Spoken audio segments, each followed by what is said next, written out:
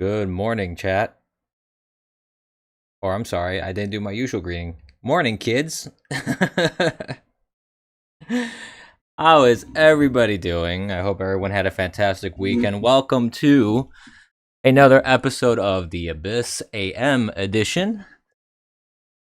I am your host, the Eternal Abyss. I am still waking up. I am not an early bird. That is clear. I'm not sure why Discord face isn't doing what it's supposed to be doing here. Let me check my settings real quick because it's supposed to have that little glowy circle around whenever I speak. Everything looks correct here, so the Discord is just being its lovely self. So, eventually that should kick in. But hey, we're here. We've made it through another weekend. Some may have noticed I changed the interface a little bit of my stream here. I cleaned it up a little bit, made it a little simpler, added a tip jar. So if you want to donate, you can visually see the donation happen in real time. Any tip and any level of generosity is appreciated. It'll also show if people follow, subscribe. So we'll see how little activity I have with my tip jar live on stream. But I want to say hello to, of course, everybody listening on the different platforms. I want to say hello to everybody and good morning to all the folks on DLive, on YouTube, on Periscope, and of course on Bitwave. Hello, everybody. I also removed chat for now. It's not a permanent removal. The issue is this. I just want to give a brief overview of why I changed the interface a little bit. One, I thought it was too cluttered. I thought there was just too much stuff going on, and to me it's unnecessary to have all that stuff on there. Secondly, hello G Gallon, how you doing, sir? Thank you for joining the stream this morning.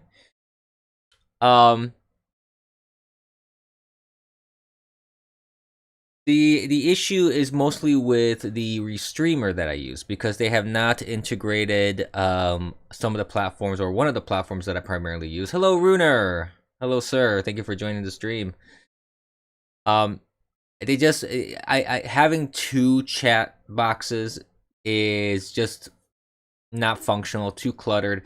So for now, I'm gonna keep it off off the screen, and I'll keep monitoring chat. Of course, I'll have chat on my screen. I'll keep an eye on everything, and I'll try to respond accordingly.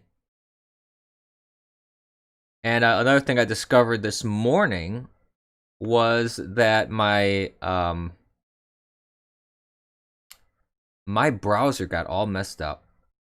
I'm gonna have to uninstall it and reinstall the whole thing. And oh, Windows, you never fail to annoy. Let's just put it that way. Windows is one of those operating systems that's just pure garbage to me. I'm not a fan. Let's just put it that way. But I have my coffee. I hope you have your coffee as well. Good morning, some fucker.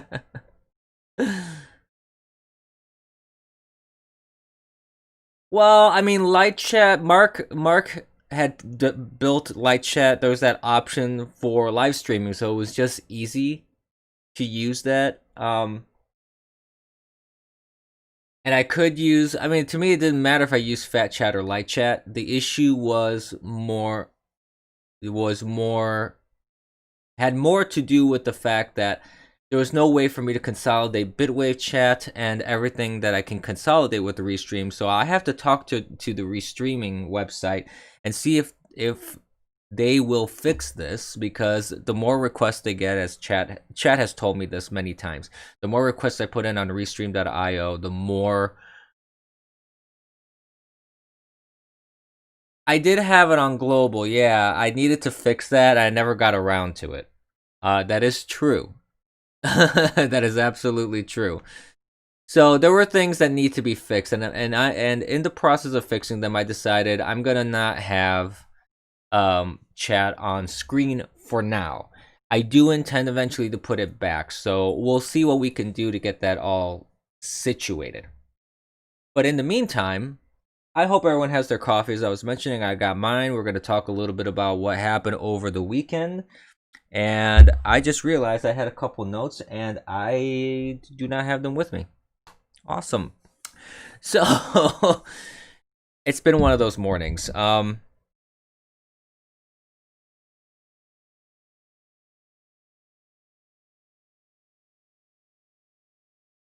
The chat overlay, yeah, the chat overlay generally isn't. I don't mind it. I think it's a nice thing. I like having chat there. It makes it easy for me to. Well, but the problem is this: if I have chat for YouTube, DLive, and Periscope, that's all one box. Bitwave, it's its own separate box. I cannot consolidate the two. There's no way for me to do so. So that makes things complicated for me. What was that? Oh, interesting. I thought I had my notifications turned off. Well, that's fun. I'm gonna try and go off of memory with my notes. I may be forgetting one thing or the other. Built-in background transparency. Where in the Bitwave chat? Yeah, but again, I still have to have two boxes. So once I can find a way to kind of resolve this issue, I'll put chat back up. But right now, I'm gonna leave it off. At least for this stream, I'm gonna leave it off, and then we'll see what happens for next stream. It's gonna be this interface may not even be the final version of my interface. Bitwave chat is the only chat you need anyway. Mostly true. I mostly agree with that, but because it's the chat I mostly focus on. It's the platform I mostly focus on. But I do want to try and grow my other platforms here. So I want to try and be inclusive of other platforms, even if they're a little derpy. I would like to try and include those if I can. But one thing that I'm kind of Trovo and Tencent, aren't those Chinese companies? Support Trovo and Tencent? Nah, I'll pass on that. I'm gonna go with the Indian government and not have those things on my phone. I think they're a good idea. But there's one thing I've been kind of itching to address here because there's a little bit of controversy that happened from Sunday here. So this involves Mike Cernovich. Now, let me just be clear, and I hate using that term because it's very much used by politicians. Let me be clear. It's annoying as hell, but I do want to be very upfront about my feelings about Mike Cernovich. Mike Cernovich. Hi, Kate Bush. Thanks for joining the chat. I don't hate anybody. So you're so I want to be very upfront and explicit about my feelings towards Mike Cernovich. I as an individual, I don't care about him. Like I don't have any particular like or dislike or support or not support for him. In the past, I have noticed that his level of journalism, his level of journalism is all right. There are moments where I feel that he is pretty much a moron. He tweets some rather stupid and sometimes offensive stuff, which, whatever. I don't really care if people tweet offensive stuff, but when you tweet something that could be very much misinterpreted as you are advocating for like the removal of Christianity in the United States. And then backtrack it with, oh, it was just a joke. It was just a joke. When people call you out and you have a massive exodus of followers that are unfollowing you, oh, we have a Mike Cernovich in chat. I had no idea. Hello.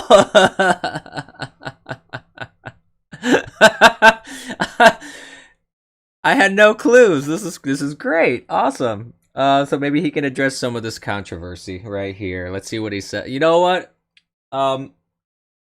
Maybe I will bring back.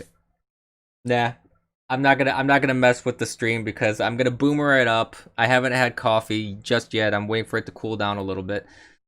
I don't want to implode my stream just yet live. So let's just move on. So there's this tweet, and I don't know if I can bring it up here because it's on my phone, but I don't have it. I don't think I have it here, but let's see. So what it involved was he was speaking at this place, whatever it was. I don't remember the exact location, and there was some protesters out there, and they had a sign. Now they had this big banner unfurled that they were saying, hold up. I do have it on my phone at least, so I can at least reference it from there. So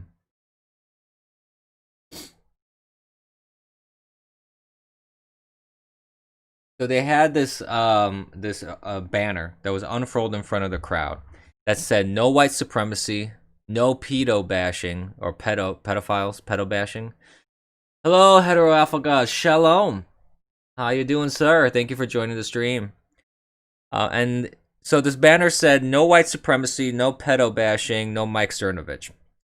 So, and it had the NAMBLA logo on there. For those that are not familiar with what NAMBLA is, that's the National Association of Man-Boy Love, or National American something, whatever. It's pro pedophilia. That's what it is. So,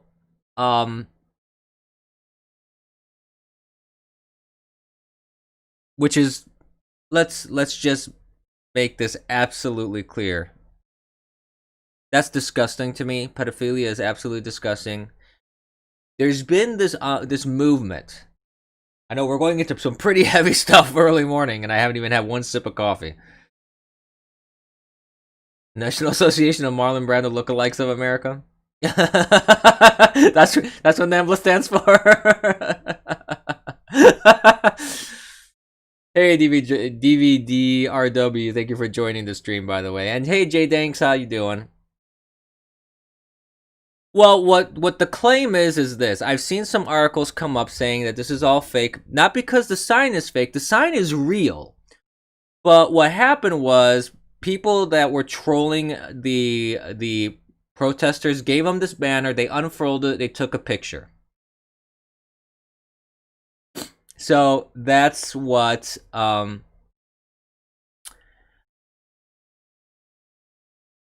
we have Mariah Carey in my stream as well. Wow, we got a whole slew of famous people. I just acknowledged you. I just said hello. So now there's this one reporter. I don't know if it's, I saw two articles, one in the Intelligencer, like the New York magazine here, the New Yorker, or New York, whatever. Let's see. This is by Jesse Singal. Is this article? And I want to see if the Gothamist. There's one in the Gothamist. Now these are both very left-leaning publications. This one's by Jake Offenhartz. But it's this one guy that claims, this Jake Offenhartz claims that the photo is manipulated in the sense that it's not what really happened.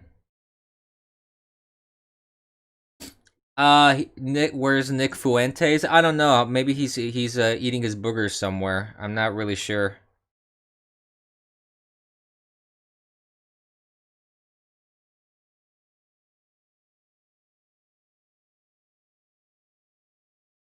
So Jake Overhart says that the sign is planted. This was done to make them look bad. And okay, you know what? Let's go on the assumption that this is true. I'm gonna go on the assumption that this is true, even though I'm not a fan of Cernovich, honestly. I think Cernovich is an idiot. He's purposely inflammatory for certain things. And he says he's I don't know. I've never been a big fan of his. I've always thought that he wasn't that great of a journalist. And he says some pretty stupid stuff online. Like some incredibly stupid stuff online. Now, said that, I tweeted about this, and what I said was that that I remember the time when people who were not afraid, people that were concerned over a slippery slope of normalizing certain behaviors would introduce a slippery slope of normalizing other degenerate stuff. And regardless whether this is true or not, I mean, if this is some ridiculous trolling and such, first of all, those protesters shouldn't have been there protesting, because the guy has, as much as I may disagree with Cernovich, she does have free speech. He was brought to this place. I don't know if he was paid or not. Whether he was paid or not, I don't even care. If he was brought over to this place to do a speech, yeah, the protesters had a right to protest. I'm not saying they don't. But you go there, you put yourself in that situation. Someone plants a sign like this, they take a photo of you, and then they slap it all over the internet. You kind of put yourself in that situation. It's kind of like I saw this video that James Woods tweeted about a guy who got hit in the head with a tear gas canister at a protest. And I don't know what the point of, like, I know that's not the point of James Woods. He's not trying to elicit like sympathy for these people, because he's not pro this nonsense.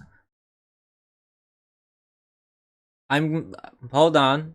I'm getting to my point. But I don't have any sympathy for this person who got hit in the head with a gas canister, for example. Do I wish harm on this person? No, absolutely not. But you put yourself in that situation is my point. So these people that put themselves in that situation where they got trolled with a sign, assuming this is true,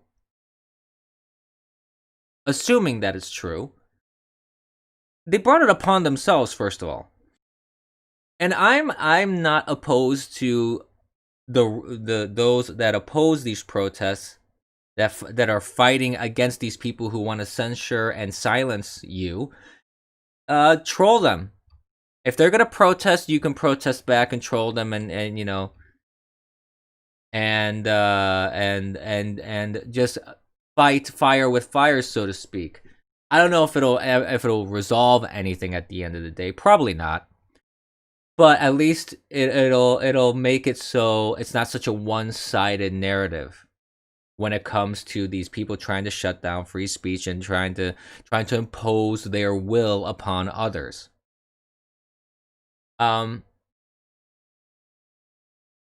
So when it comes to pedophilia, though, unequivocally and explicitly, I will say that's disgusting. That's wrong. I am never going to defend those kind of actions. I've had arguments online with people on Twitter defending this as just another, quote, sexual orientation. And no, it's wrong. There is no compromise here. There is no middle ground to be met.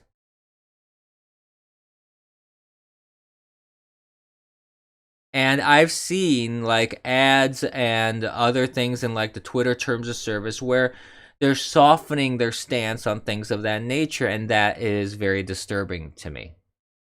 So Oh God, Joe Biden's joined the chat now.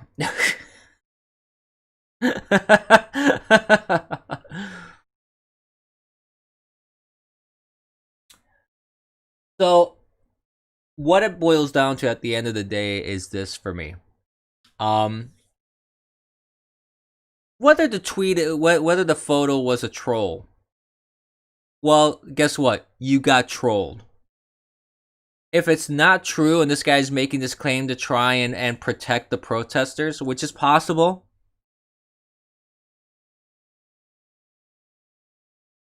then I say if you're doing that to protect the protesters, then you deserve just as much scorn. So I have not seen, this is the thing, I have not seen clear-cut evidence one way or the other except for just a couple articles from very leftist publications, especially the Gothamists, and one tweet saying, and the whole article really says, well, this guy tweeted, says it was his image that they took his photo and they trolled these people. So it's really his word against Cernovich. And then Paul Joseph Watson, he retweeted it and everything, so that gave it a lot of traction. And Paul Joseph Watson, sometimes I will admit, some of the stuff that he puts forth, I wouldn't say it's not truthful. I would say that there is truth in just about everything that he tweets, I find, but I think the way he presents it sometimes can be a little off, and it can be used against him because there are certain things where it's kind of like you're looking at a zoomed in part of a painting, and sometimes you need to back up to see the whole context and everything. So taking a sip of my coffee here.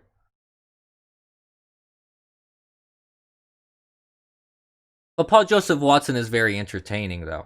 I will give him that. Especially when he starts telling people, how handsome he is.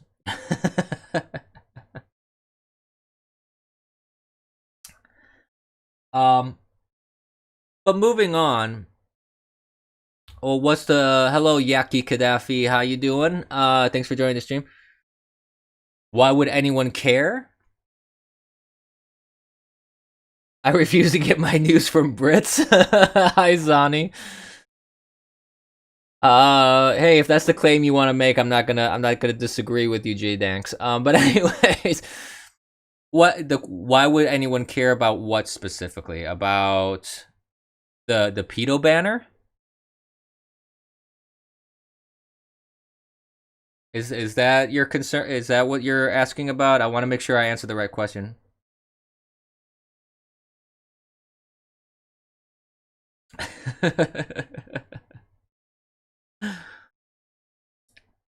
Apparently, I'm getting some lore and street cred here on chat. I had no idea. But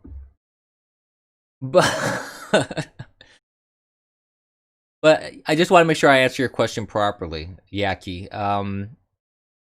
Why would anyone care about what?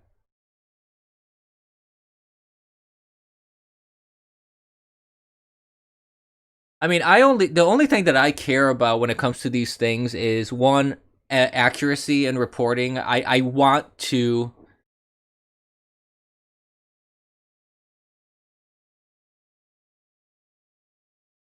That's already been done. I'm not gonna just do the same thing, JDex. There's no point in me doing it over and over. Why would you care what some faggot is saying in chat? Well, I don't. I don't particularly care. But I do like to try and interact with chat. That's all.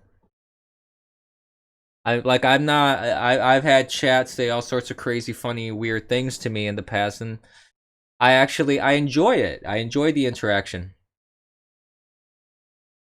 Just mute JDax. Oh, hey, and now Adolf Hitler has joined our chat. Hello, sir. Well, would want me to say that, and that's fine. But I'm not gonna say the word just to say the word, just to be controversial. Um. So moving on, I just wanted to address this whole thing with Cernovich because Cernovich has this habit of trying to stir up garbage a lot, and this may very well be another one of those cases. But I do want to make it clear that regardless of what Cernovich does, there are organizations out there like NAMBLA that exist. That's been around for quite a while.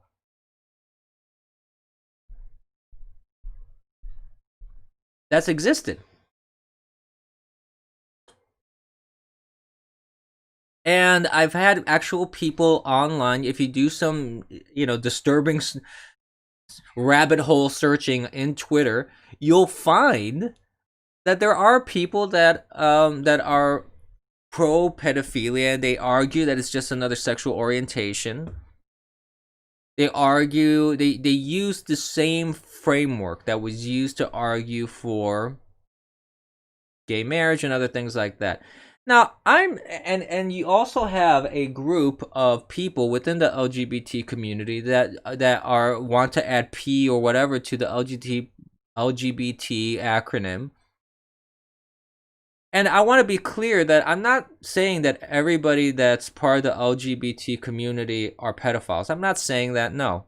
And not everybody in that community promote that sort of stuff. They don't. But there's a sliver, there is a percentile that do, and there's are people that are using the LGBT community to promote that.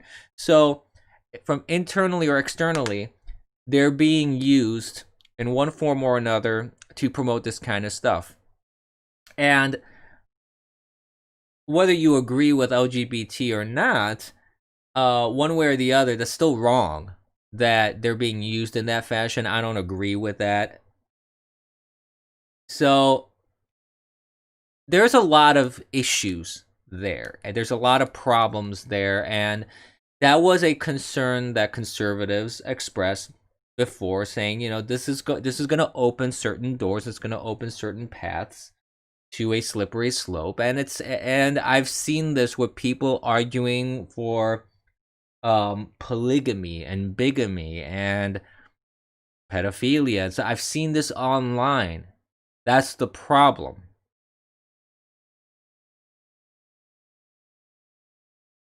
So I feel that an honest conversation within that community should be had about this. I just fear that that's not going to happen. That's all. So I just again just want to make it very explicitly clear that to me this whole pedophilia thing is absolutely wrong. There's no possible angle that it can be supported in my view. It has been that way since time immemorial. And this whole thing with the sign, honestly, whatever. I don't care if it's true or not. It doesn't really, if it's fake, if it was planted, guess what? You protesters, you unfurled it. You gave them the opportunity to troll you, and the people that use that to troll, well, you really took, you really succeeded in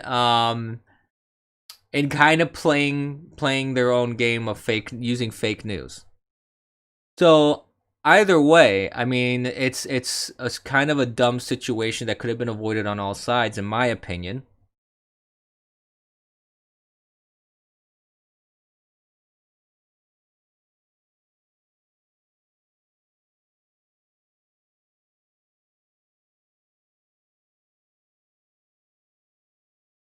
I'm looking at chat right now. Sorry for the silence. I was on my own soapbox, so I wasn't paying attention to chat here for a second.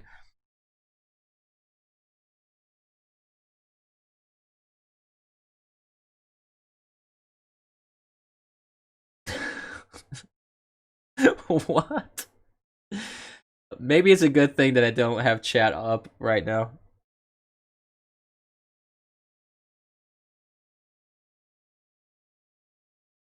Safety deers? What are safety deers?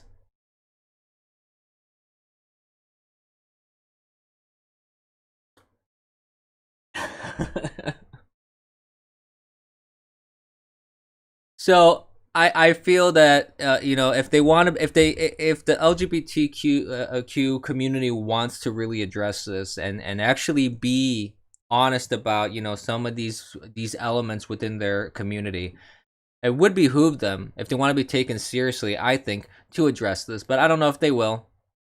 I really don't know if they will, and if they have, kudos to them. If they, but I haven't seen a whole lot. At least I personally, haven't seen a whole lot from like videos online and things of that nature.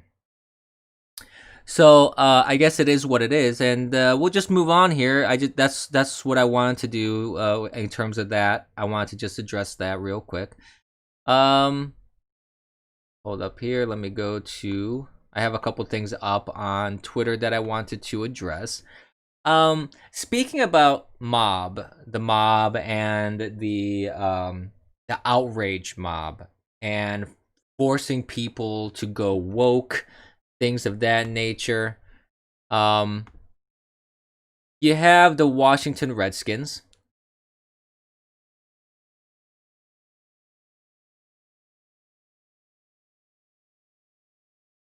The Washington Redskins will retire their name and logo.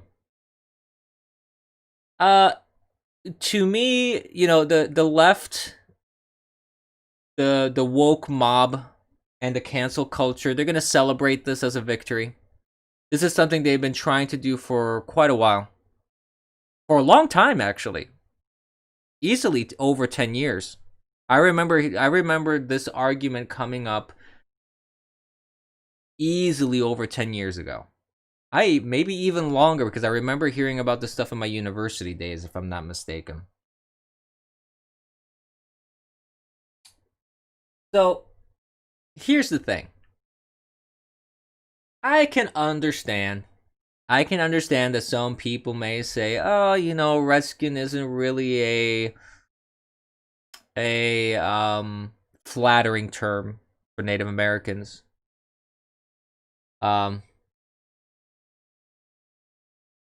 It's now really a positive light on Native Americans. Some may argue that. I can tell you this. I've heard that term ever since I was a child. On TV, cartoons, whatever, in media, the football team itself. It's a term that has been used for a long time. Now, that doesn't necessarily mean there's no negative connotation to the term, but I can definitely tell you that I never ever heard that term and thought that it was derogatory. Now, some people may call me naive, maybe. But it never to me was anything derogatory. I never thought because of that term that Native Americans were inferior. I never thought that Native Americans were terrible people. I never thought that they were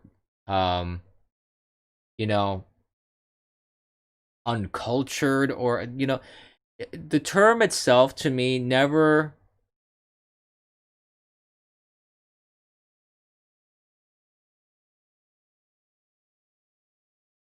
it was never a negative thing for me. And I actually always liked the logo. I always thought that the logo was really cool looking. Because it has this like classic art look to it.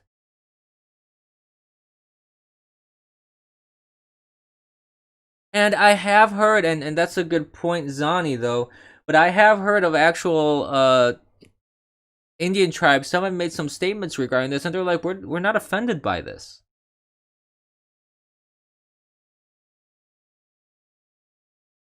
Yeah, Native Americans would fire rifles while riding bareback on a horse. That's pretty gangster. I would agree, Jay. Thanks. See, Trump mentioned this in a tweet that football teams have been always named after like tough warrior, like warrior. The terms always that are used for football names have always been like these names that are like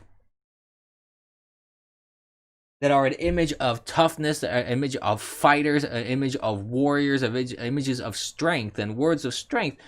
I've never viewed that as a negative thing. This is just cancel culture. And I feel that eliminating this from the football team, changing the name, changing the logo, whatever, I feel that that's actually more insulting to Native Americans than anything else. Yeah, they're meant to be tough. Well, hey, dolphins actually, um, dolphins actually are like rape people.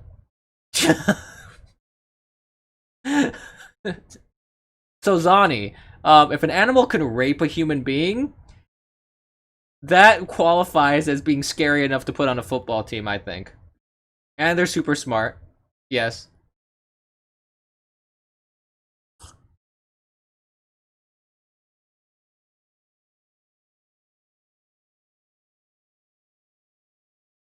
Cancel the Dallas Cowboys. Oh boy. Yeah. No, but I mean, what? But the point is like, this is ridiculous because I would like to know, and this goes back to like this whole cancel culture thing. I would like to know the tangible effects of this logo.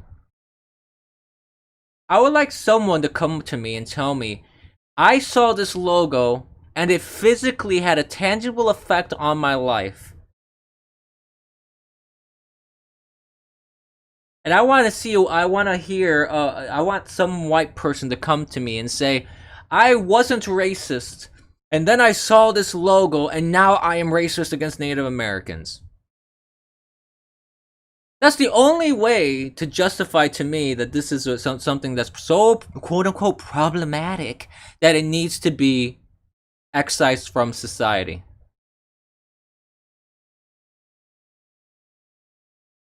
I don't understand. Like, see, to me, if we really want to see whether this is offensive or not, how about we poll every single tribe because they still exist. They're around. There's these tribes leaders. They run a bunch of casinos. They have their reservation lands. They have their communities. They have their leadership. Let's go and ask them. I can tell you for a fact that I have heard already that many I don't know how many of these tribes, but I've heard reports of several that said they have no problem with this. I also know, for example, that the actual descendant of Pocahontas, for example, had no problem with Trump calling Warren Pocahontas. She was not offended by it, and she was the descendant of Pocahontas, the actual real Pocahontas. So if the actual real descendant of Pocahontas had no problem with the president calling someone Pocahontas because he was poking fun at Elizabeth Warren claiming to be Native American when she was whiter than the whitest white on this planet. um I think that it's kind of a good. This is a spit in the face, essentially, to Native Americans because you're not even including them in the conversation.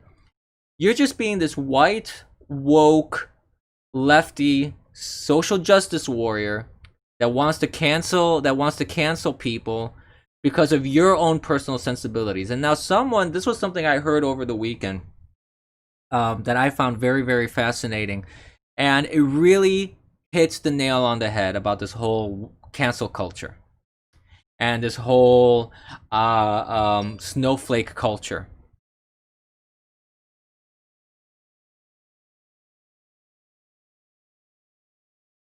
Um, what it boils down to is Katie Timpf said this, and I'm gonna paraphrase, so I'm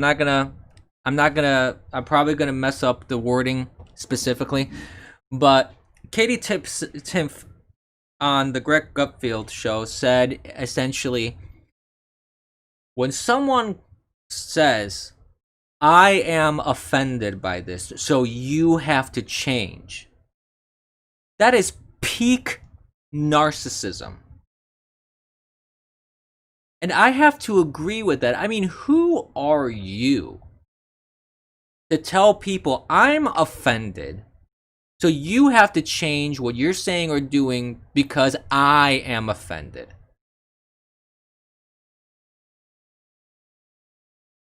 That is peak narcissism. That is thinking the world revolves around you. And the fact that you think that you speak for entire communities, for example, is even worse.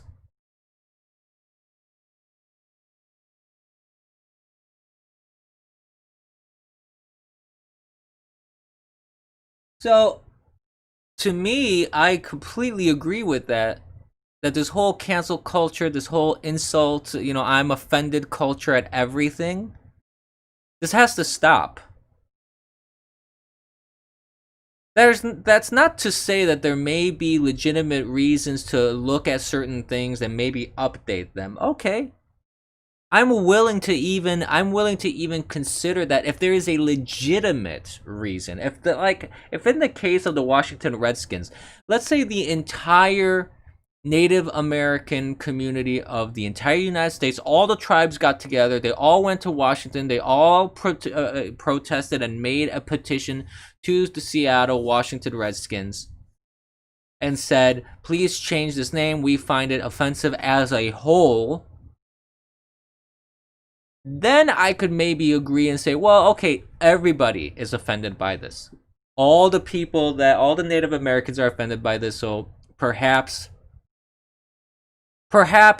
it is worthy to look into. But when you have Native Americans themselves saying that they're not offended by this is just nonsense. And if I were a player on the team, if I were a member of that organization, I would walk out in protest. Because if I signed up with the Washington Redskins, I would have signed up with them, not some other Nancy Pansy really stupid thing that they're going to come up with. Because I promise you this, whatever they come up with, because they haven't released anything new yet, they don't know what they're going to do yet. I guess they're working on it now. They have the new name hasn't been announced, and they haven't come up with a new logo. I promise you, it's gonna be ass. I am almost entirely certain. I'm willing to almost bet money that this is gonna be trash. What they're gonna come up with, it's gonna be the stupidest thing on this planet. And I mean, the NFL ratings are already bad. They've had this woke streak with this stupid kneeling garbage, and their ratings have been consistently going downward and downward and downward. It's trickling down to now college football. NASCAR is going to get hit as well. All sports is getting ridiculously stupid at this point.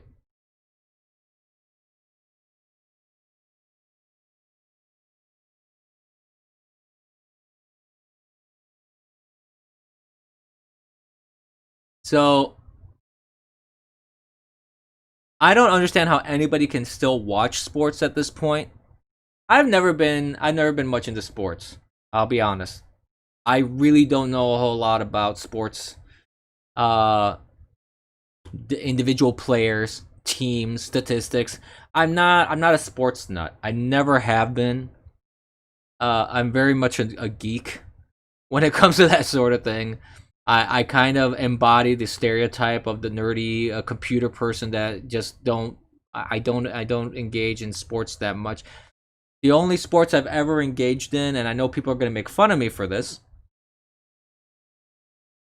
I have watched some fights. Yeah, some fights are kind of interesting. I'm not really into that as well, but I do find that rather fascinating.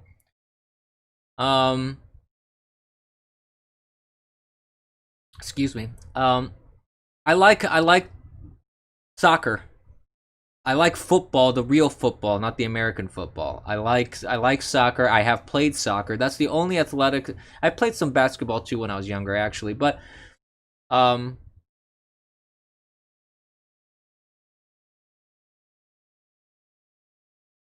local beer league hockey. Most games end with a giant brawl. Shouldn't every hockey game end in a giant brawl? I think that's how it should be. We have a Fed check bot here. Really? I had no idea. Pro bowling, yeah, that's an interesting. Let's see how woke pro bowling gets. Oh, you know what? A black ball. Well, I don't know. Pro bowling may be the only thing that people don't care because it's a black ball hitting white pins. The left may not care about that. Oh, the bot is not sure about me. Uh-oh, I might be a Fed. If I am, I'm not aware.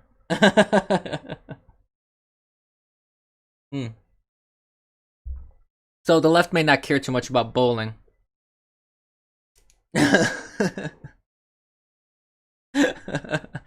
That's racist. I'm sorry. Bad joke, I guess. I don't know. We're just having fun. The caffeine is kicking in as you've noticed. So moving on to other news items. Let's just sweep that under the rug and keep going. Um, no, I don't know. The problem. This is the problem that I've had with corporations as well. Like corporations getting highly politicized. The same thing with sports organizations. Jokes aside, it's a bad thing overall. It's divisive. You lose your viewership, which has been clearly shown with now with NFL, college football, basketball. It's going into baseball now and NASCAR. Like you're gonna see those numbers taking a dive, and I'm not gonna shed one single little tear over it. Yeah, the slogan "Go woke," the "Get woke, go broke." It's pretty true. Like they tried to cancel Goya and that backfired big time because the Goya CEO is like, no, I'm not gonna apologize for what I said.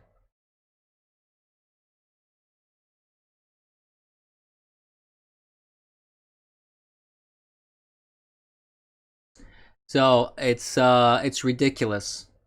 It's ridiculous what the left is trying to do. They're trying to basically undermine everything that offends them, and the problem is this. See, this is the biggest issue with this whole cancel culture. It's not so much that if you see something that's bad, you want to change it. There's nothing really wrong with that fundamental premise. The problem is that they don't have a consistent set of rules. It keeps changing.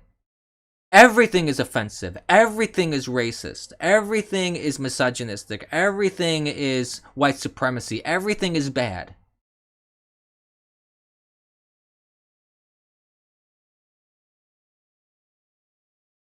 I don't know why. That's a good point, G Gallon. I don't know why NASCAR is doing that. It doesn't make a whole lot of sense. Maybe because they think they can appeal to a wider base. They think by doing that, maybe they would bring in more of an audience that they normally don't bring in.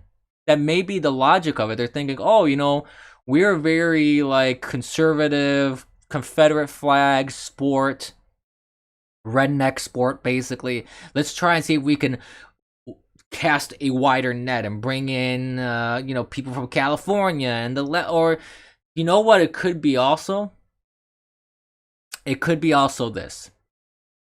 It could be also that there have been people that have gone into that organization because it has always been deemed as a problematic organization, primarily white, primarily conservative, primarily southern.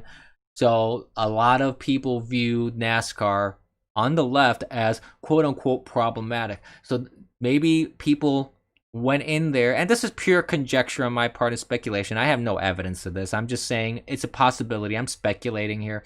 It's a possibility that people infiltrated it, went in, that are very left leaning to purposely try and change things.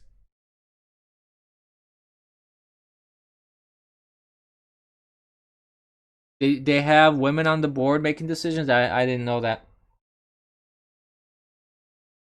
I mean, I assume that they do.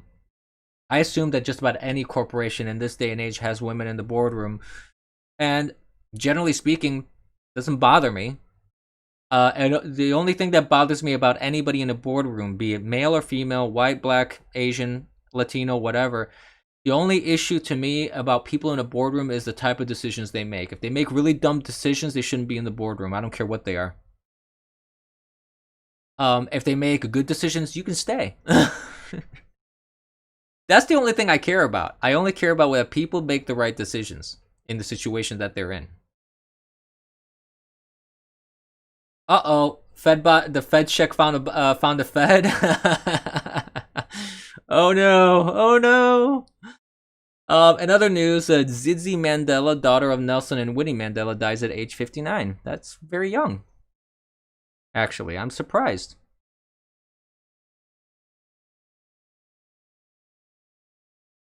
So that happened. Condolences to her family. I think there was another news report of someone who passed away, an actress, John Travolta's wife. And I had this up and I cannot find it now. It's so terrible when I can't remember names. I'm terrible with names, especially celebrity names, because I'm really not invested in any celebrity. Like, I don't hardly care at all about celebrities and what they do. Kelly Preston, that's her name. She also died 57, breast cancer. So condolences to John Travolta and family and everyone that is connected and related to her.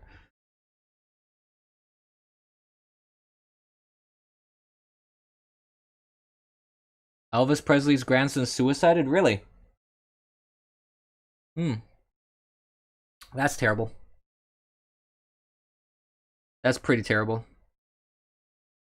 There's some birthdays apparently also being celebrated online. Harrison Ford and I think Patrick Stewart, both of them have a birthday, so I guess happy birthday to them. I'm not a fan of either, really. I used to be more of a fan, but after this whole politicizing and some of the stuff that I've seen with Picard and the politicizing of Star Trek and Harrison Ford, how he's pretty much taken a dump on all his previous really famous franchises. Like what he did, what he should not have signed up for that latest Indiana Jones. That was just bad. The Star Wars trilogy, that was horrible. He should not have signed on with that either. I've lost respect for Harrison Ford in his old age because of what he's the roles that he's reprised. And it's not, and I know it's not his entire fault. The guy's got to work and eat. Oh, hey, Captain Kirk is is in our chat now. Wow. Kirk, Spock, he's got a gun.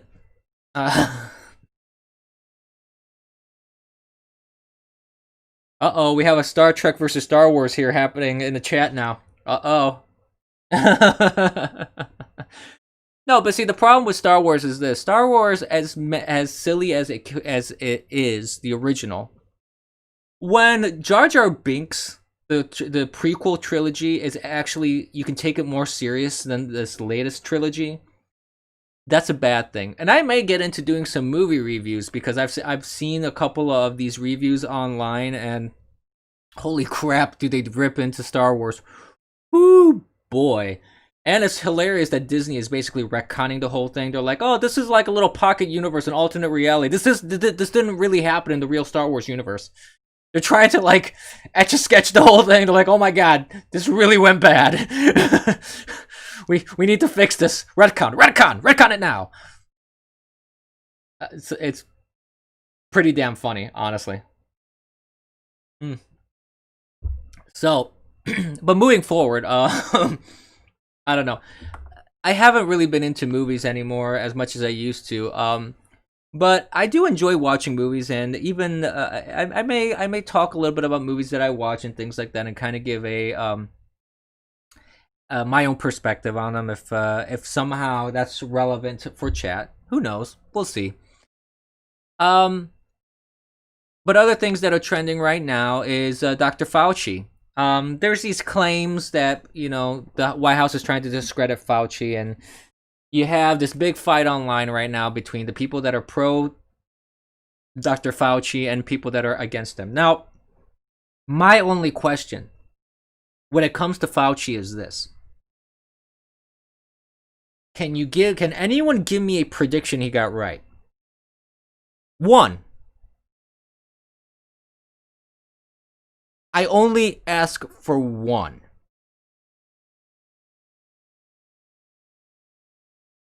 Dr. Fauci has been very flaky.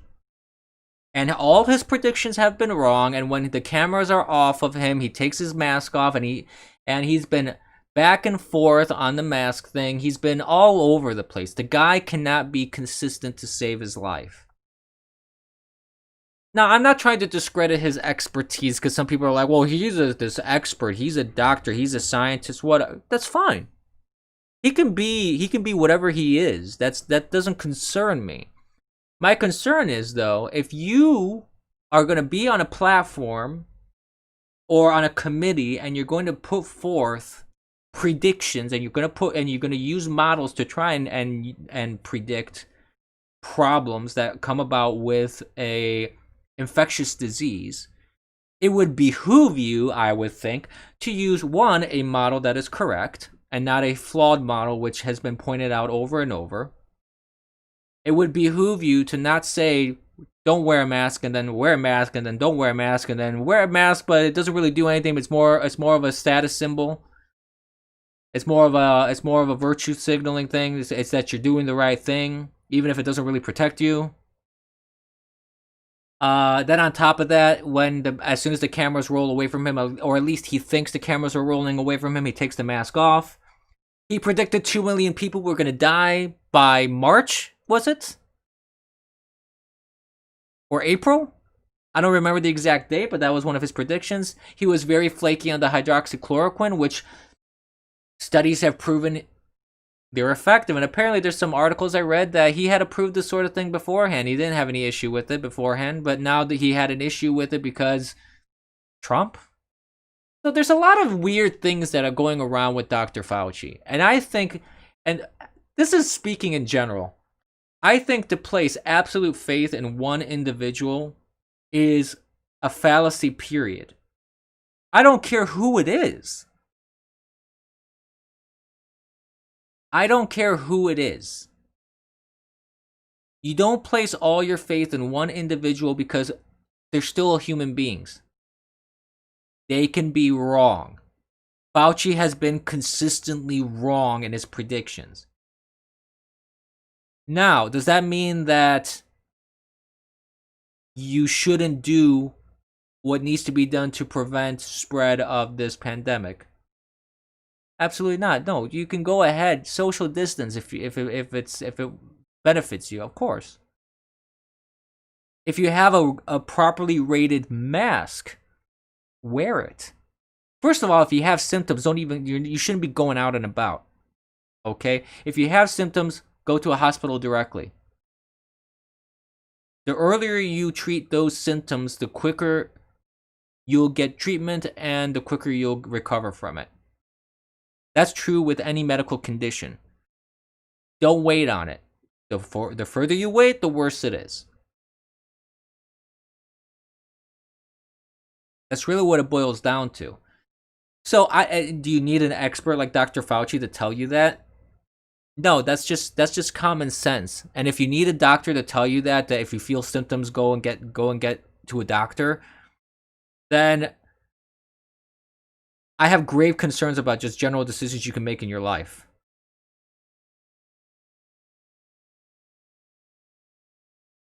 I just realized that the description of my video is incorrect, but the date and the episode number I think is incorrect on Bitwave. I don't know if it's the same on my other videos, but if it is, I apologize for that. But the thing is this, like this whole polarized Dr. Fauci is a fraud and Dr. Fauci is a hero kind of thing. I don't prescribe to either one. I prescribe to the guy has said stupid stuff in the past. He's been incorrect in the past. Hello, Troll5742. How you doing? Thank you for joining the stream. I just say, listen to what experts say. Take it with a grain of salt if there's a reason to take it with a grain of salt, and just use your common sense. Yeah, but I don't know if I can update it. The problem, I can update it here. Yeah, absolutely. I can update it on Bitwave, but I don't know if I can update it on Restream during the stream. That's my only concern.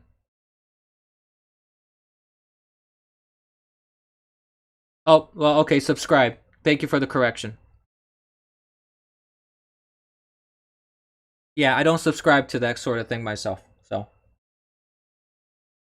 But you can subscribe, and you can subscribe to me. Subscribe on YouTube and follow and hit the notification bell. Do that on YouTube, on DLive, on Periscope, and on Bitwave. See what I did there? Wink, wink, nudge, nudge, say no more. And you'll get notified of all my streams. And I will, and I will make sure that you know when I'm doing the streams, when I'm not doing the streams. You want to be notified of that, right? So you don't just wait indefinitely for me if somehow I just happen to not be able to stream one particular morning. I don't want you to just sit there for little old me and then be disappointed that I didn't show up. So go ahead and follow. If you want to support streams like myself and conservatives, if you can, of course, we are in some economic hardships. Please do so if you can at streamlabs.com/theeternalabyss. Any support, pardon me, oh goodness. Any level of generosity and support is greatly appreciated. Once again, that's streamlabs.com/theeternalabyss. On top of that, if you like to hear me rant and rave verbally, you may even enjoy that via social media. So join me on Twitter, Gab, Parler, and Minds. My handle on all those is The Eternal Abyss. The only difference is that on Twitter, it's only one S because Twitter is ridiculous and I wasn't able to get the name with two S's at the end. But you can find me there. All the links are in my descriptions to follow and subscribe and everything like of that nature. So support me. I appreciate it. I had to do some shameless self-promotion. There's been a big hubbubaloo over Chuck Woolery as well. Because Chuck Woolery has posted something regarding the COVID-19 thing. So you have Chuck Woolery posting this, and I quote, "The most outrageous lies are the ones about COVID-19. Everyone is lying. The CDC, media, Democrats, our doctors, not all, but most, that we are told to trust. I think it's all about the election and keeping the economy from coming back, which is about the election. I'm sick of it." Now, whether you agree with that sentiment or not, there's nothing really that terrible in the sense that if you read it for what it is. He says it's his feeling. He thinks that's what this is all about. He says that not all are being dishonest. But you have to admit that there's a little bit of truth in what he tweets about. In this particular tweet, the CDC, there was this big back and forth over the mask, whether you should wear it or not, whether it's effective or not. The WHO absolutely botched this whole thing. They kept saying absolutely wrong stuff. They were fed lies by the Chinese, like the Communist Party there, the PPP, or PPC, whatever the acronym is for the People's Party of China. Is PPC? Is that what it is? I don't remember. Point is, I'm still drinking coffee. That's why I don't remember. So you have politicians that were encouraging people to go and mingle up until March. You had, so this is the problem. CPP. Thank you. I dyslexed it, basically. I reversed it. Scratch that, reverse it. Thank you. So the biggest question in my mind is this, though. Whether you agree with what he says or not, my question is this. Do you really think C++? Hey, oh, that's a good, that's a good mnemonic device, sir. CCP. Yeah. Let's not confuse the programming language with the Chinese Communist Party.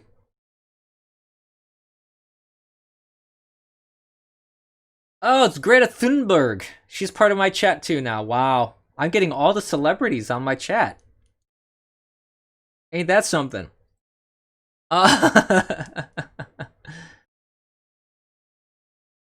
Oh, yes, of course. When I say the WHO, I don't mean the band. I mean the World Health Organization. No, absolutely, Runer. I always, in my mind, even if I don't say it, in my mind, whenever I say the WHO, I always have to, like, repeat that in my brain. It's not the band, it's the World Health Organization. So that's the problem that we have here. We've had a highly politicized pandemic, and if anybody claims otherwise, you're just being either naive or just stupid or ignorant, or ignoring the reality that's around you. It has been highly politicized. It's been politicized by the media. It's been politicized by governors. It's been politicized by the WHO. It's been politicized from the very beginning until now. So I think that anybody has a legitimate concern when it comes to this sort of thing. Now, is it everybody? No. In fact, even Chuck Woolery says it's not everybody. There's a good number of doctors, media personalities, politicians, governmental agencies that are highly politicizing this sort of thing. It's just a fact. So all these people that are trying to bash Chuck Woolery and say, oh, what, he's a conspiracy nut. Not really. Maybe there's some hyperbole there. Sure. But does that mean that he's wrong? I don't think so. I don't think he's necessarily wrong. I think he raises a certain valid point, and I love the fact that nobody actually refutes him. Everybody just complains. Well, hello, Animu Templar on YouTube. I'm sorry I missed your message a little earlier.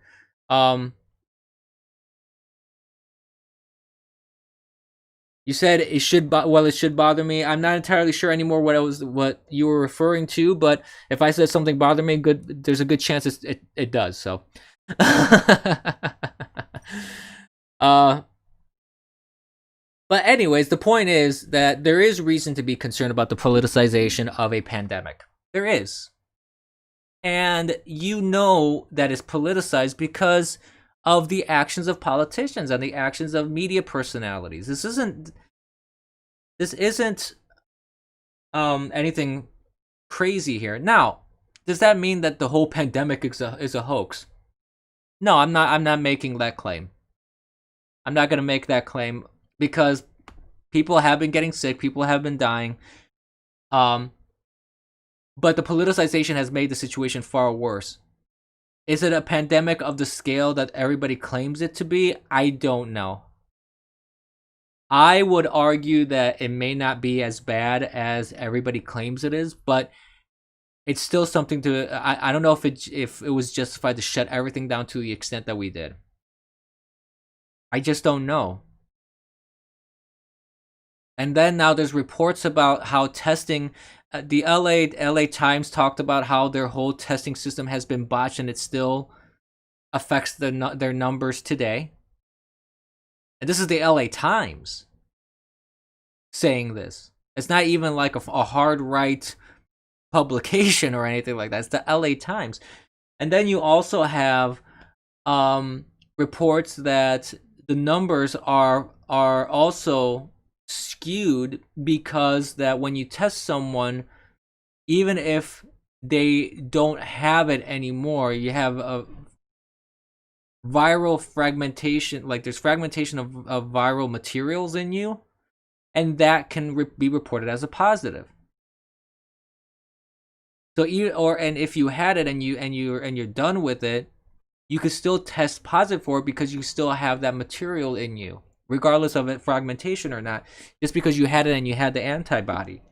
So there's a lot of things out there that the numbers may not be as accurate as you think they are.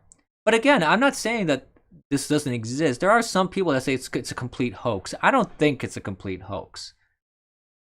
I think that there is a legitimate virus. I think there is a legitimate concern about the spread of this thing. I think there are some legitimate concerns.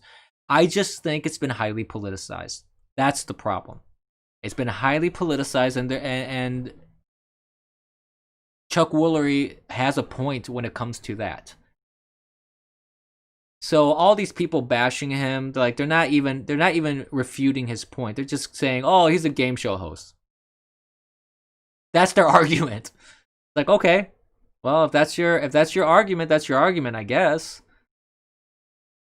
Another thing that has not been reported in the news hardly at all is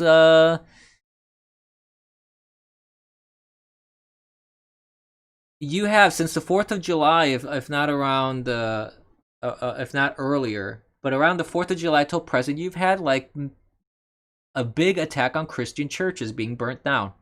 There was one particular case where I think it was a Catholic church. A car ran into it, and then they set the place on fire while people were there to worship and to participate in mass.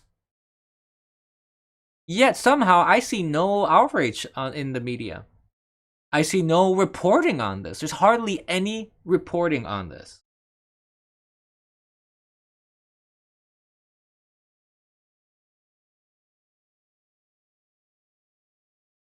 So there's like one article here. Let me start bringing some of these up here, and I'll tell you what's going on here. So there was a church that fought social distancing orders. A month later, it was vandalized and burned down. This was the first Pentecostal church in Holy Springs, Missouri.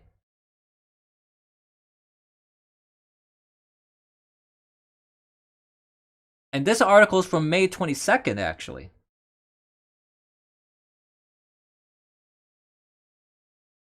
Hi, Rio Chan. How you doing? Thanks for joining the stream. Florida man charged with arson and burning down a Catholic church, July 12th. Was this article. Man accused of setting a Florida church on fire was being held without bail Sunday on charges that include attempted second-degree murder and arson. The Marion County Sheriff's Office charged Stephen Shields, 23, on Saturday, hours after detectives say he plowed a minivan through the front doors of Queen of Peace Catholic Church in Ocala, doused the foyer with gasoline, and set it on fire, causing extensive damage.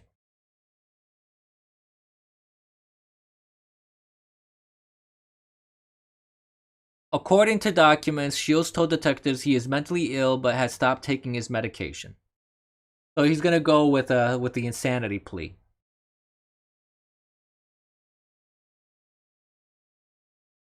Shields told detectives that what he did was, quote, awesome, and he smiled and laughed, the affidavit said. Yet the media doesn't seem to give a rat's ass about Christians. Doesn't seem to give a rat's ass about Catholics and Christians being attacked.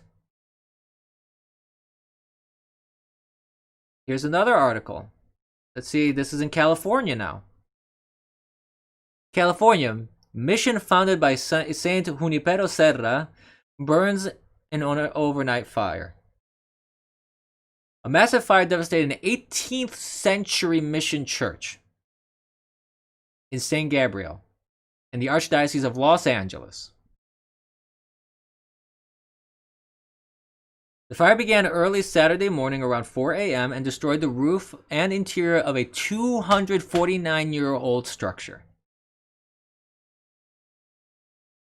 Local firefighters said they responded to an initial alarm at 4:24. By the time they arrived, smoke and flames were visible from outside the church, which is a California historical landmark. Battling the 4-alarm fire eventually involved 50 firefighters, according to the Los Angeles Times. Local fire department spokesman Captain Antonio Negrete called the damage heartbreaking. You have statues being vandalized. There's a statue of the Virgin Mary vandalized. And the left is encouraging this. You have Pelosi saying people will do what they do. Sounds very familiar, doesn't it? Kind of like Ilhan Omar talking about terrorism, like the 9/11 attack. Some people did something. Yeah. And this is someone who's supposedly Catholic. Allegedly Catholic.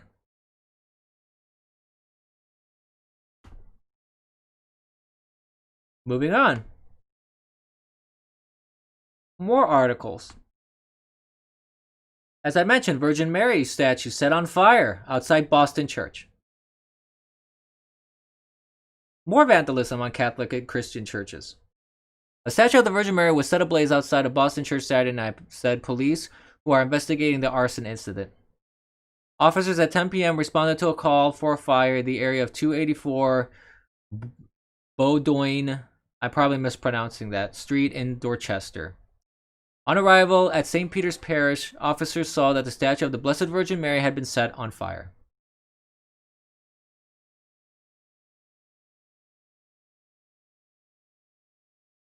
The pastor at St. Peter's Parish, Reverend John Curry, said a prayer next to the Virgin Mary statue Sunday afternoon. There's obviously someone who's disturbed, someone who has a troubled soul, Curry said of the unknown suspect.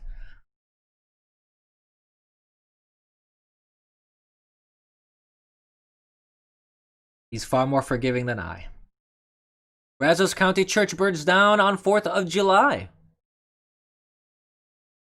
Here's a Baptist church that was set on fire on Independence Day. And these are just some of the instances here. I mean, there's a much longer list, I'm sure, of this stuff that's happening. Yet, I have not heard one peep from the mainstream media. I have not heard any outrage by the mainstream media or by politicians or by the likes of alleged Catholics like Pelosi.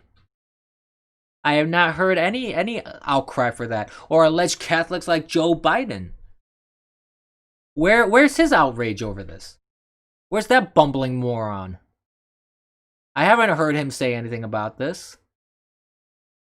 They just sweep that under the rug because they don't care. They don't care. If they cared, they wouldn't. They would say something. If they cared, if they really had outrage over this, they wouldn't say, people do what they do. No, they would condemn this.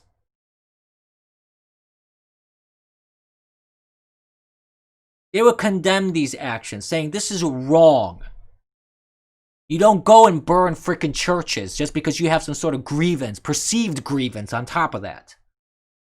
Not even a real grievance, a perceived grievance.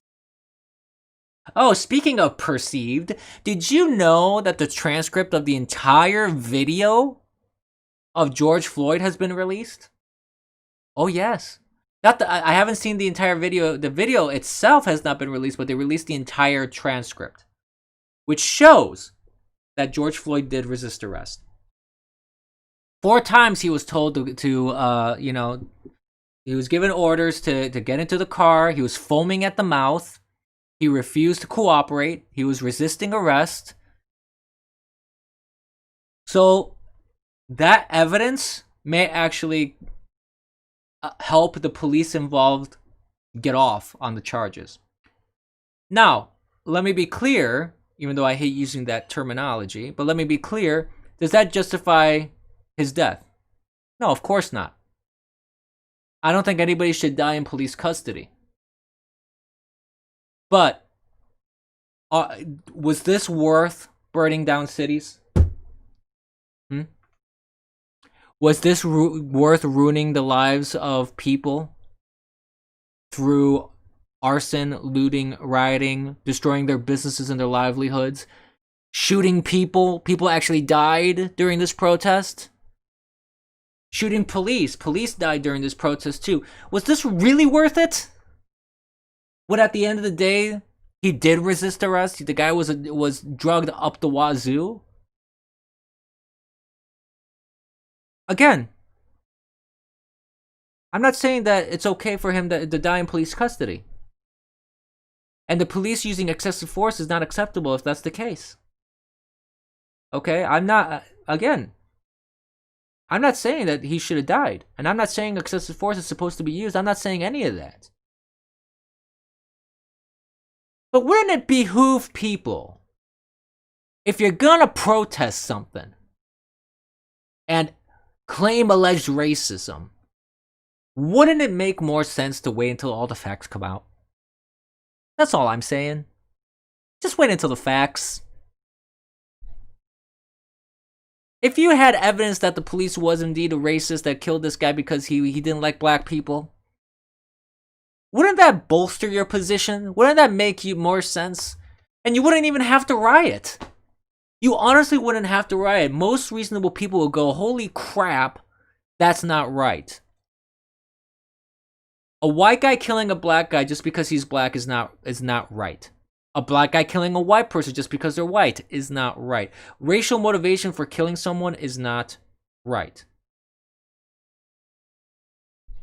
Why shoot yourself in the foot for a cause that you have? Because you want to play politics. You don't want to wait until the facts come out. Because you know that the facts will contradict what you're talking about. So you can't afford to have the facts come out. You have to act on it first. You have to do the emotional response first. And drum up outrage where outrage doesn't exist on something that's not factually there because you have a political agenda. That's what it boils down to. And it's unfortunate that we live in this day and age where this is what's going on. I'm a bit fired up today, aren't I? But it's just the reality of the thing. It is incredibly frustrating to me. There's also the alleged story. I don't know how much facts and truth there is to this, of this mother, single mother, white woman, said all lives matter. She got shot and killed. I don't know the facts of that case. I don't know what the details are of it. Let's say it's true as it's claimed. That's horrific. That is horrific. We are reaching a point in this nation where people have to go and start protecting themselves. If this is the direction where things are going, we're going to go back to the Wild West, and people are going to have to arm themselves in order to protect themselves.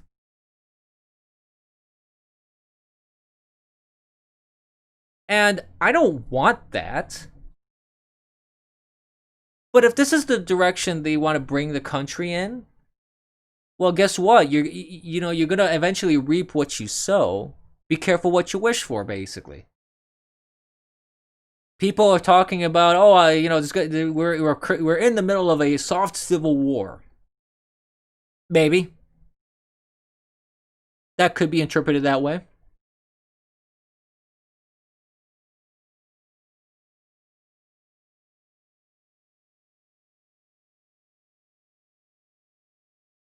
I don't know. All I can say, though, is that there are definitely pockets of very loud people that have very clear goals in their mind that they want to destroy the United States from within. That's pretty clear cut. And the problem isn't so much that these groups want to do this. The problem is more of the fact that you have politicians going along with it. That is the problem. You have the media encouraging them, not condemning them. That is where the problem is. That is where the issues lie. That is what is causing a lot more problems than there really should be. Because the leadership and the media should not be encouraging this. They should stand up clearly, unlike what Pelosi said, but they should stand up and clearly say, listen, this is wrong. This is unacceptable. We're not going to do this. If we want change, we do change the right way. We don't torch people's businesses. We don't kill people. We don't attack people. We don't encourage the violence. But the thing is, they want this. Because they've been encouraging Antifa since day one. You have people like AOC and Pelosi, Schumer, governors, and mayors like Mayor Jenny Durkin that encourage lawlessness. De Blasio in New York, they encourage lawlessness. Between June of last year and June of this year, do you know that shootings are up 130% in New York City?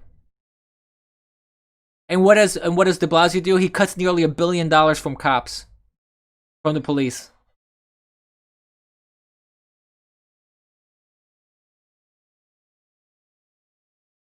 Jay thinks, why are you promoting other people during my stream?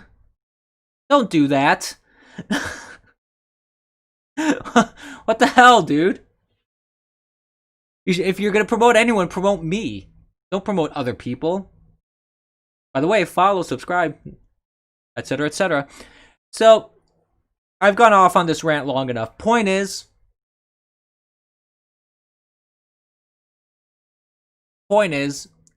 it's wrong. It's wrong all around. It's politicized all around, and it needs to stop. Basically. Another thing that happened in international news is that Andrzej Duda is reelected by a slim majority in Poland's presidential election. So, he is an ally of the ruling Conservative Law and Justice PIS party. He beat his opponent Rafał Trzaskowski with 51.2% of the votes in Poland. So, the conservative Law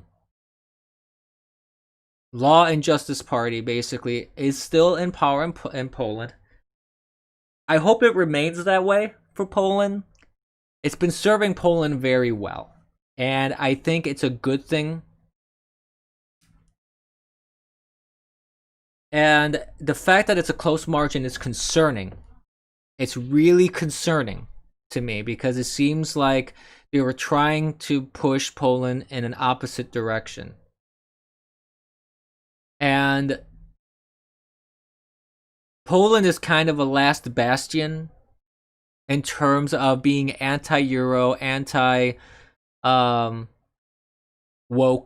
all that kind of stuff.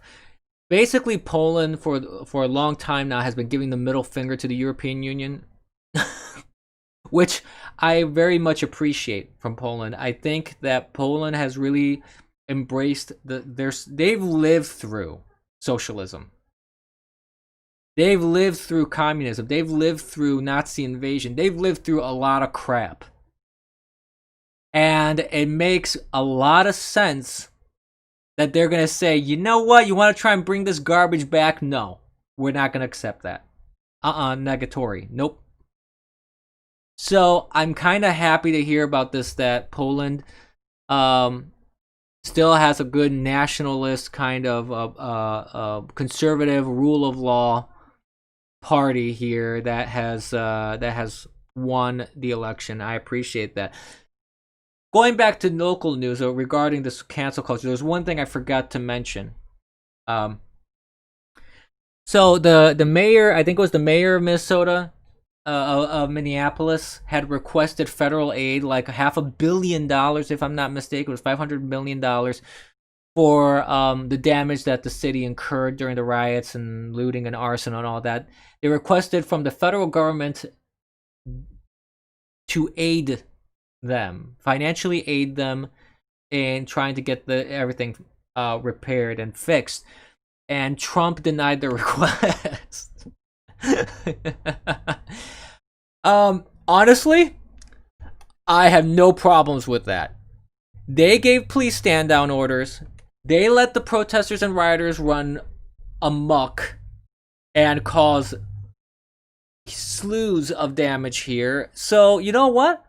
No, the taxpayer shouldn't bail you out. The mayor, he screwed this up. He made a horrible decision on letting everybody just do whatever the hell they wanted. And he told the police to stand down. So you know what? Screw you. No. You're not entitled to taxpayer money because you made a dumbass decision. And now because there's so much damage, you need help to fix it. You're on your own. You made your bed, you lay in it now. Okay? And on top of that, the best part is this. I haven't even gotten to the good part. The good part is you have Ted Cruz, who introduced legislation to make leadership liable for their decisions that will cause this sort of damage. And I say 1,000% I agree with this. I have been saying for a long time, and I've said this on stream, people that listen to me know that I've said this. Mayors, politicians, and leadership whose direct involvement in something causes damage of this kind, like with Mayor Jenny Durkin, what happened in the autonomous zone, where a kid died, a 16-year-old kid died because she didn't want to break up the little summer of love that she claimed that was there. It was a summer of love. Bam, bam, bam. But summer of love. Really?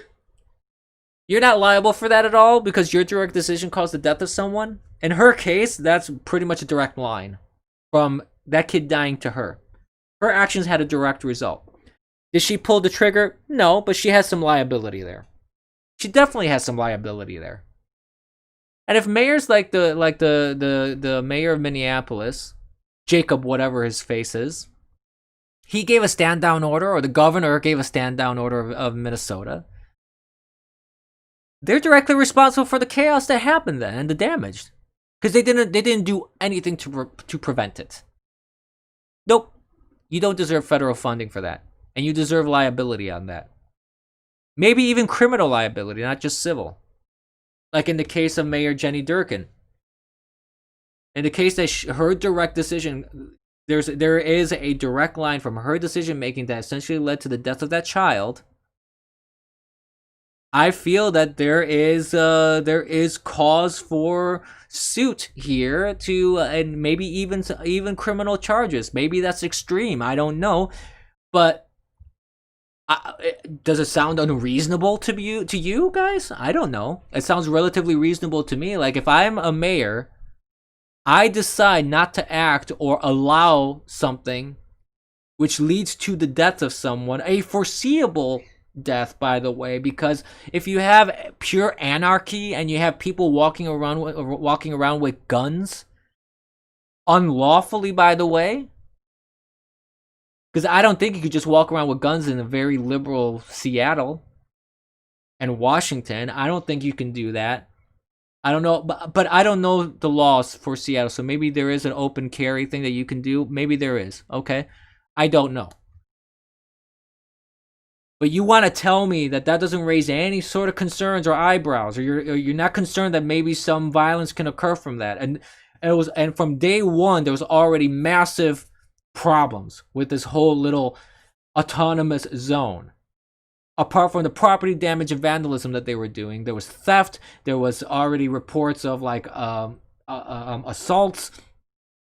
There was already violence from the very beginning from it. You think something that comes from violence is going to end up in peace? No.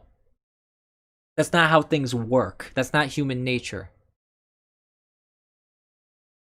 So I think I am all for what Ted Cruz is proposing in this scenario. Will it pass? Probably not.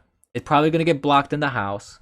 It may pass the Senate, but I don't know. I really don't know.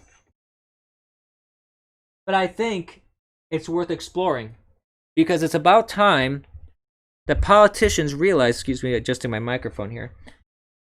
It's about time the politicians realize that what they're doing causes direct harm to people when they make very, very, very poor decisions of this kind. This is not how you should be running things. If you're a mayor, if you're a governor, if you are a state or federal senator or a state or federal representative, you should realize the implications of your words and your actions. And I know some people are going to criticize me for saying that, because some people are going to say, oh, well, you say that, but you don't criticize when Trump says inflammatory stuff. Okay, let me propose an olive branch here. I have criticized Trump, actually. I do think that some of the stuff that he says are kind of dumb. And that's true, Rio-chan. They know it, and they'll do whatever it takes to push an agenda. It is all about politics, yeah. They have their agenda. You have all these socialists that want to dismantle our country. And I know that these things don't happen by accident. They have their agenda, and the consequences be damned. That's what it is. And for someone like myself, it's frustrating. It's incredibly frustrating, because you feel absolutely powerless. You feel like you're on a ship that is sinking, and there's nothing you can do about it. And you're not even finding a life vest or a lifeboat. You're not finding any recourse. And you may have a couple scattered people that are trying to fix the holes in this ship, but you're just not seeing any progress. It's incredibly frustrating.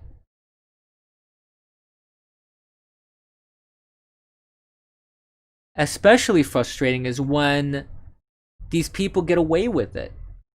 It's especially frustrating when you see people's lives being decimated, by their livelihoods being torn away from them, their rights being violated. Like with that couple, the couple that had the AR-15 and the handgun, the McClorskys, I believe it's their name. I may be remembering their name slightly wrong, but the cops confiscated their guns illegally? Based on what? The guy had a legal right to protect his private property. What sort of legal standing is it to confiscate his weapon? This is ridiculous. This is a clear violation of the Second Amendment. So, what it boils down to is that these people, they don't care about the law. They don't care about order. They don't care about people's lives, apparently, because it was pretty predictable to me that the autonomous zone was going to end up in disaster. And Jenny Durkin doesn't care.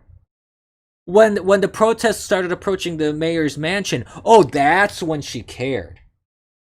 When they started approaching her, she's like, oh, okay, you guys have gone far enough. Let's stop this now.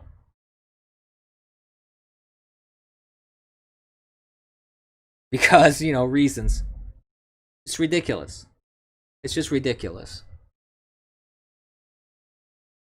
And I don't care what side of the political spectrum you're on when it comes to this sort of thing. This is just absolutely stupid. That we've reached a point in this society where a person cannot defend their own private property when you have a mob going on their front lawn. When you have police and governments clearly violating your rights. You have judges that are just doing whatever the hell they want outside of the law. You have our Supreme Court, which is super politicized. Because, God forbid you interpret the law. What am I thinking? I don't know. I don't want to end the stream on a sour note. um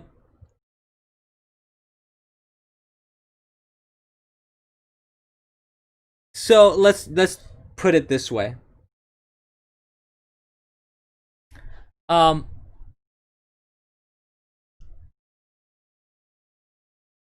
Before I end, I will say this. There are also reasons to be a little hopeful.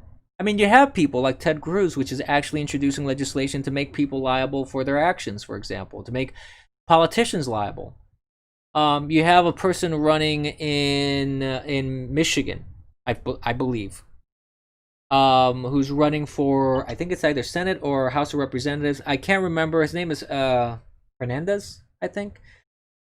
Who he's advocating for term limits, for example, something that I believe is necessary in our politics. Um, you have a sheriff of a county in Michigan as well. Because for those that are not familiar with what are the latest mini dictator Gretchen Whitler is doing, Whitler,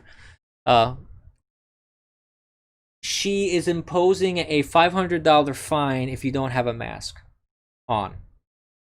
Even if you're outside. If you're like congregating outside, you have to have a mask on. And if not, it's gonna be like $500 fine. And you have a county sheriff who said he's not gonna enforce it.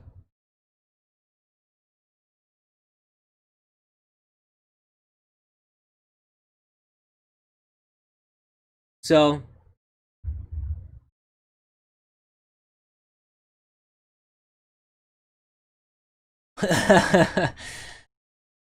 hi troll, master taking away my freedom. I'm Karen and my fellow Karens stand strong.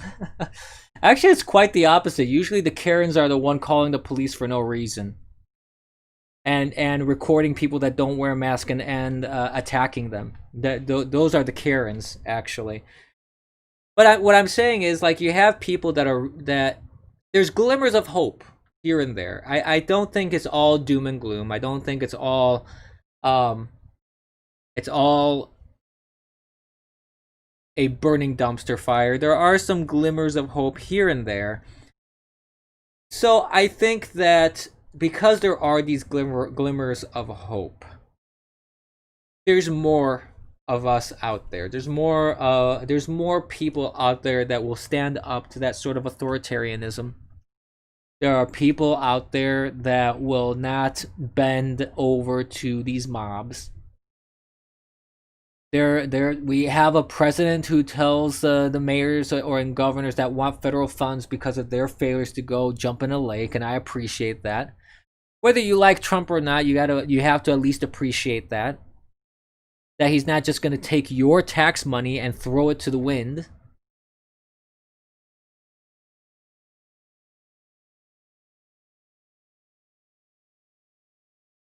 Yeah, like de Blasio, that's right. Like de Blasio saying that he's banning all gatherings, but the protests are fine because apparently the virus is so smart that it knows if you're gathering for righteous causes or not. Oh yeah. Ridiculous. It's just laughable. And then people want to say this thing is the COVID thing isn't politicized. Please. It's highly politicized. Highly politicized. But like I said, on that note, there's glimmers of hope out there, and I do feel that there is some redemption out there. And this election is key, though. I mean, a lot of times people say this is the election of a lifetime. A lot of people say, this is their last chance to save America and all that kind of stuff. Politicians have been saying that for quite a while. This isn't anything new, but what I will say is this: is that this election is quite monumental. It is something that really will possibly make or break the United States. I'm not sure whether whether that there's hyperbole in that or not, because you have people that are advising Biden, for example, that want to clearly dismantle everything. They have said so. They have said so. You have people like AOC and Ilhan Omar who want to tear up the Constitution. They want socialism. They want Marxism. They want communism. That is not good. The United States has been a prosperous jewel in the world that everybody wants to come over here for prosperity and opportunities, exactly because it has not embraced any of that garbage Marxist trash. It's exactly for that reason that America has been one of the most prosperous countries throughout history. And not just it has been one of the most prosperous countries, it's one of those countries that gives people prosperity. It's a prosperity that is accessible to anybody, any immigrant that comes here. Anybody that comes to the United States can become an American citizen through the naturalization process. And can start a business. And within even one generation, can climb up the social strata.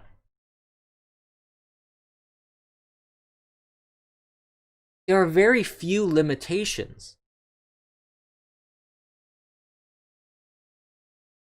Like artificial limitations, I mean. Like limitations that are purposely put to prevent you from being prosperous. There's virtually none. The only thing that you will find, and this is something that I've experienced myself, and I am getting anecdotal, I grant that, but the one thing that I have experienced myself are individuals. There are individuals that may try and stop you because they have some personal problem with you as a person, whatever that motivation may be. They may just not like you. And it has nothing to do with anything but just the fact that they just don't click with your personality. I've had that problem with some people where, I've had colleagues where we just didn't see eye to eye on a couple things.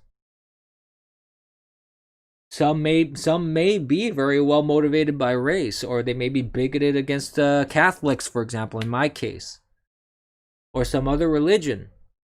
There may be individuals that will use their own prejudices and bigotry or whatever to prevent you from doing something. Yeah, granted, that can happen. It has happened. I'm not denying anything of that. But if someone wants to tell me that there's something systemic in our country that is designed to keep you down, that is bullcrap. Doesn't exist. Not presently, not in 2020. And not even 10 years ago, not even 20 years ago. Now, or even you can go even further back. The further back you go, sure, yeah, okay. There was Jim Crow laws were pretty systemic. I get that, and I'm not arguing that. But I'm talking more present day. Present day, we have made a lot of progress in eliminating that sort of stuff. And anyone that claims that still exists, they're just being ignorant. Or they're not being ignorant, they're purposely trying to lie to you. They're purposely trying to feed you a load of crap because they have their own agendas, they have their own politics. They want to tear down this country for whatever reasons they have. There's this one video, and I'll conclude with this. There's this one video of a Cuban immigrant that was sitting at the table. There's this thing with Donald Trump, President Trump. And he was saying the thing that he said at the end, and I have this tweet on and I may even pin this but I don't know. I'll think about it. He said that he saw stuff like this happen in Cuba and he saw this sort of socialism come into that country and ruin everything. And he didn't understand it when he was younger, but then he read Saul Alinsky, and he understood that what's happening with the whole useful idiots thing. And he said, don't be useful idiots. Now, I usually end my streams with my usual send-off of, remember kids, don't be complacent. And that will be my send-off for today. I'm going to conclude the stream, but I'm going to add also, don't be useful idiots. Don't be complacent. Don't be useful idiots. Go out there, support America, fight Marxism, fight socialism. Garbage ideologies do not deserve to be listened to, adhered to, or even given a platform. That ideology has been proven to be a failure over and over and over and over again. If people want to try and extol the values of it, you have a First Amendment right, be my guest. I'm not going to say you don't have a right to talk about it, but I am going to say you're not going to occupy my time with it. Because it has been proven over and over and over to be garbage. Yes, that's true, G. Gallon. Too many useful idiots are out there. That's true, but that's why I say to people, don't be complacent. Because if you're complacent, you're gonna let those useful idiots run rampant. People need to be active in politics. People need to be active in engaging people in politics. There's this big fear of discussing politics because you don't want to offend people. And I get that. And you don't have to offend people when you're speaking politics. Like I can have a political discussion with someone of the complete opposite side of the political spectrum than myself, and we can have a respectful, civil conversation about this. And I may completely disagree with that person. And you know what? People will disagree. But it's in that disagreement that people can understand each other, though. It's in that disagreement that, you can see why I believe, and I can see why you believe what you believe. And then we go, yeah, you know what? We don't agree, but at least we got some middle ground in understanding each other, even if we don't agree on anything. That has kind of been lost with social media. That has been lost in conversation. That has been lost in civil discourse, that has been lost in political discourse and the media, especially the media. The media has done nothing to foster that. The media actually has done the opposite. It has gone out of its way to foster more division. Because it doesn't provide a platform, and I get that, because when you're watching TV, it doesn't provide a platform of civil discourse. It provides a platform of talking heads that are screaming over each other, throwing insults at each other, because that drives ratings. They want conflict. And I get that. I get it's a ratings thing, but at the same time, it's like, listen, I think you're going to have a good, vibrant discussion.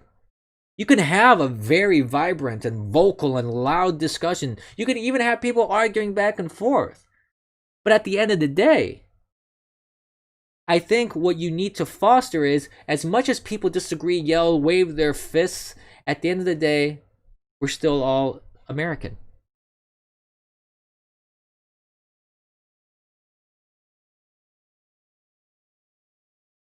Well, there may be some truth there, G. Gallon. G. Gallon is saying, I find the big problem is people supporting Democrats don't realize they are supporting socialism and think they are right no matter what and will never listen to reason.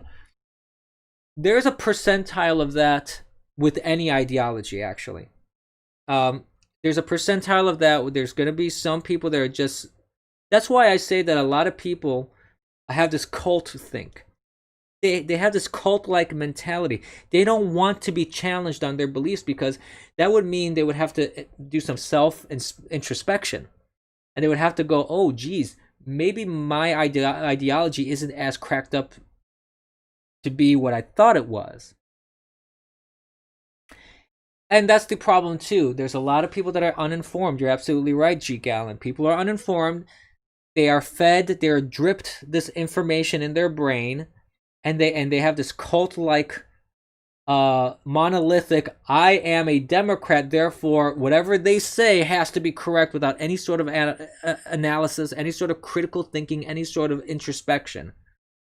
And many people do that on the right as well. This isn't something unique to the left. The left has a unique flavor of this, though, from what I noticed. They are very much more like if I have to give a score of cult-like mentality, I would have to say that I've noticed online. This is at least from my observations of people that I've spoken to, not just online. Actually, I've noticed this online, but I've also noticed this with certain people that I speak to in person. There are those on the left. I've had discussions with people on the left that are very reasonable. They will listen to you. They will have a discussion. They may not agree with you, but they'll at least sit down and say, yeah, okay, well, I see what you're saying with that. I don't agree, though. Then you have that class of people that are like, this is the only truth, no matter how wrong or whatever facts you put in front of me. Things like that, yeah. Things like what Joe Biden said. If you're not a Democrat, if you don't vote Democrat, you ain't black. That's what I'm talking about. That's that monolithic. You have to believe. That's what I mean. It's like you have to conform. That's what I'm talking about. That sort of crazy cult thing. That you have to think like we may tell you to think. That is the crazy. That is the cult thing. That is the insanity that you find, which is like off the scales on the left. You have some of that on the right. You do. But it's for some reason the left seems like it's like 100-fold. I haven't seen that so much on the right as much as the left. I have seen it on the right. They're not immune to this sort of thing. Especially when you start talking to the QAnon people. Some of the QAnon people are really fucking weird. Excuse my French. They're really out there. Now, I know the QAnon people are going to get pissed off at me and they're going to send Anonymous after me and all this kind of stuff, whatever. Hey, I believe what you want. I'm not saying you don't follow it. I don't know anything about QAnon. I don't know the veracity of it, true or not true. I don't care. All I notice is that how people that follow QAnon discuss that sort of stuff, they seem a little bit out there. That's all I'm saying. Maybe you need to change your PR and change how you talk about things, change your branding. That's how it comes off. It comes off as a little crazy. Okay? That's all I'm saying. And in the left, you have the same thing too, and I see that a lot on the left, and that's the problem. And then you have people like AOC, you have people like Ilhan Omar, you have people that like Bernie Sanders that are pushing socialism and trying to rebrand it as if it's not socialism. No, it's socialism. You can call it democratic socialism until you're blue in the face. It's socialism.